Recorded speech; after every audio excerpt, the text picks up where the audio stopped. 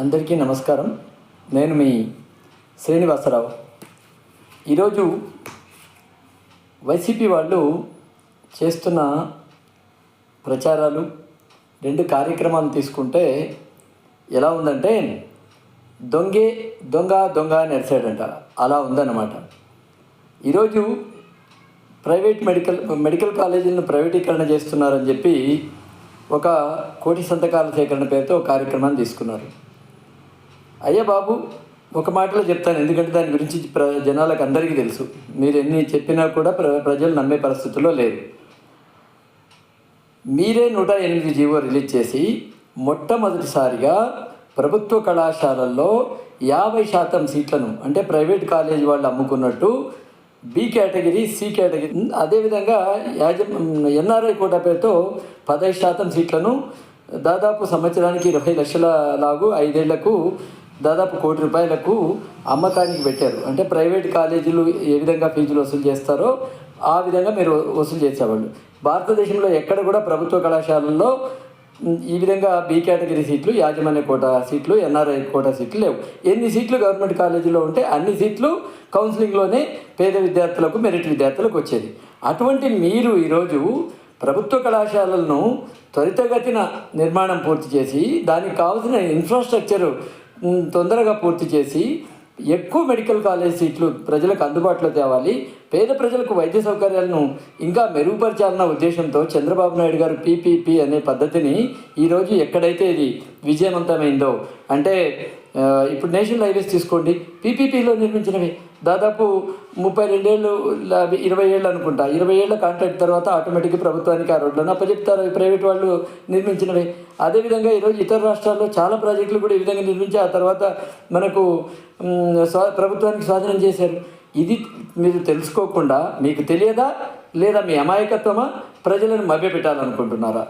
ఇది నాకైతే తెలియదు. కానీ మరి మీరు ఈ విధంగా అపప్రచారం చేయడం అయితే ప్రజలు నమ్మే పరిస్థితుల్లో లేరు. ఇక కల్తీ మద్యం గురించి మాట్లాడే హక్కు మీకు లేనే లేదు.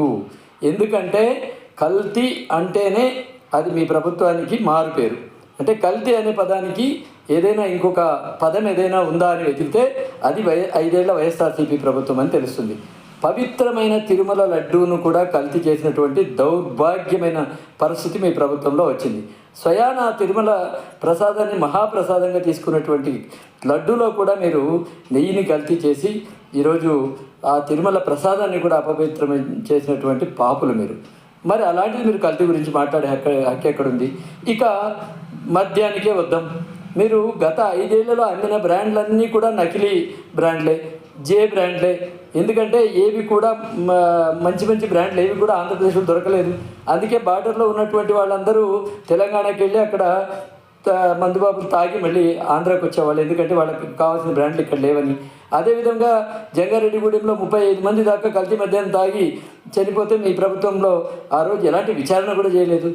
లాస్ట్కు మీరు పెట్టినటువంటి కల్తీ మద్యం కంటే ఆ శానిటైజర్ బాగుంటుందని అమాయకంగా తెలియక పాపం దాదాపు ఒక శానిటైజర్ తాగి 45 మంది చనిపోతే దాని గురించి ఇంతవరకు మీరు ఎలాంటి విచారణ చేపట్టలేదు. అంటే కల్తీ మద్యానికి మీరు పెట్టింది పేరు. మరి అటువంటిది మీరు ఈరోజు కల్తీ మద్యం గురించి మాట్లాడడం ఎంత హాస్యాస్పదంగా ఉందో మీరే ఒకసారి అర్థం చేసుకోండి. అదేవిధంగా మీరు కల్తీ మద్యాన్ని అమ్మారు, ఆ మద్యం డబ్బులు కూడా మీరు మీ జోబుల్లోకి వెళ్ళేలాగా చేసుకోవడానికి ఒక ప్రబల నిదర్శనం మీకు తెలుసు. ఈరోజు ప్రపంచం మొత్తం కూడా డిజిటల్ కరెన్సీ వైపు పరిగెత్తుంటే మీరు మద్యం బ్రాండ్లలో మీరు నడిపిన ప్రభుత్వ షాపుల్లో ఎక్కడ కూడా డిజిటల్ పేమెంట్స్ చేయనివ్వలేదు, మొత్తం డబ్బే తీసుకున్నారు. ఎందుకంటే దానికి లెక్కలు ఉండవు కాబట్టి. ఆ విధంగా 3,500 కోట్ల రూపాయలు మీరు మద్యం ద్వారా సంపాదించి ఈరోజు దాన్ని మీ ఎన్నికల ఖర్చులకైతేనేమి, లేదు చాలా డబ్బును విదేశాలకు మరలించి అక్కడ మీరు ఫ్యాక్టరీలు, పరిశ్రమలు పెట్టుకున్న పరిస్థితులు ఉన్నాయి. ఎవరికి తెలియదు ఇవన్నీ? ఇన్ని మీ దగ్గరనే కల్తీకి మారు పేరు మీ వైసీపీ ప్రభుత్వం. ఇన్ని మీ దగ్గర పెట్టుకుని మీరు కల్తీ మద్యం గురించి మాట్లాడమంటే జనాలు నవ్వుకుంటున్నారు. ఇది ఇందాక నేను చెప్పినట్టు దొంగే దొంగ దొంగ అని నడిచినట్టుంది, అదేవిధంగా దయాలు వేదాలు వల్లించినట్టుంది. కాబట్టి ఇంకా చెప్పాలంటే కల్తీ మద్యం గురించి ఈ మధ్యలోనే లొంగిపోయి అప్రూవల్గా మారినటువంటి ఈయన పేరేంటి, ఆరేపల్లి జనార్దన్ రావు గారు చెప్తున్నారు, ఈరోజు నన్ను స్వయాన మీ మాజీ మంత్రి జోగి రమేష్ గారు నాకు ఇక్కడ నకిలీ మద్యం తయారు చేసే ఫార్ములా చెప్పి ఇక్కడ నన్ను తయారు చేయమన్నారు. ఆ తర్వాత ఆయనే లీకులు ఇచ్చాడు, ఆయనే ఎక్సైజ్ వాళ్ళ చేత దాడి చేయించాడు. ఇదంతా చేసింది జోగి రమేష్ గారే అని.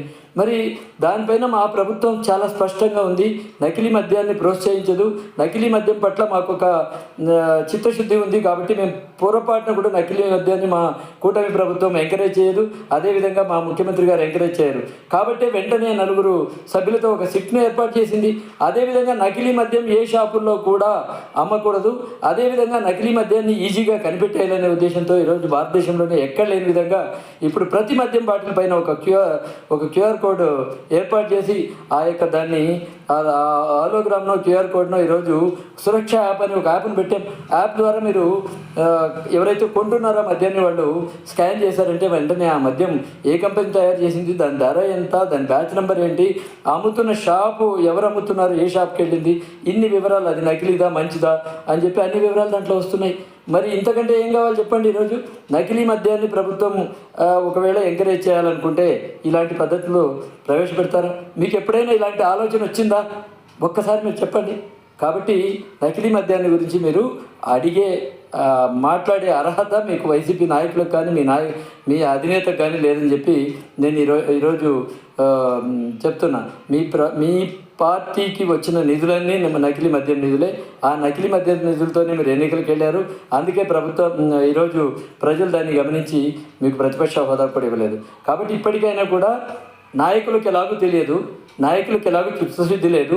ఏదో ఒకటి ఈరోజు ఒకవైపు అభివృద్ధి, ఒకవైపు సంక్షేమ పథకాలతో ఈరోజు భారతదేశంలోనే అత్యున్నతమైన రాష్ట్రంగా దూసుకు వెళుతున్న ఆంధ్రప్రదేశ్కు వస్తున్న పెట్టుబడులు అయితేనేమి, ఆంధ్రప్రదేశ్లో అమలు చేస్తున్న సంక్షేమ పథకాలు అయితేనేమి చూసి ఓర్వలేక రాబోయే రోజుల్లో మనకి ఇంకా పుట్టగతులు ఉండవనే ఉద్దేశంతో ఈరోజు ఏదో ఒకటి ప్రభుత్వం పైన బురద జల్లే కార్యక్రమం, ప్రభుత్వం అభివృద్ధి పథకాలను డైవర్ట్ చేయడానికి, లేకపోతే ప్రభుత్వం చేస్తున్న సంక్షేమ పథకాల పట్ల ప్రజల ఆకర్షితులు అవుతుంటే వాళ్ళని డైవర్ట్ చేయడానికి, ఇలాంటి డైవర్ట్ రాజకీయాల కోసం ఇలాంటి మీరు 1 కోటి సంతకాలు కాదు 3 కోటి సంతకాలు పెట్టించండి, ప్రజలు నమ్మే పరిస్థితులు లేరు. అదేవిధంగా మీరు కల్తీ మద్యమాన్ని గురించి మాట్లాడితే ప్రజలు చీదరించుకోవడం తప్ప వచ్చేదేం లేదు. ఈ విషయాన్ని మీరు గ్రహించి కనీసం నాయకులు కాకుండా వైసీపీ కార్యకర్తలని దీన్ని తెలుసుకొని ఇప్పటికైనా మీరు ఈ 1 కోటి సంతకాలు లేకపోతే నకిలీ మద్యం గురించి ప్రచారాల గురించి మిమ్మల్ని వాళ్ళు బలిపశువులను చేస్తున్నారు. కాబట్టి మీరు వైసీపీ కార్యకర్తలని దీన్ని గ్రహించి దీనికి దూరంగా ఉండండి. అనవసరంగా వాళ్ళు చెప్పేటటువంటి మాయ మాటలు విని ఈ లిక్కర్ మాఫియాతో మీరు కూడా మమేకమయ్యారంటే భవిష్యత్తులో ఇబ్బంది పడతారని మీకు అందరికీ తెలియజేస్తూ సెలవు తీసుకుంటాను. జై హింద్, జై తెలుగుదేశం, జై చంద్రబాబు.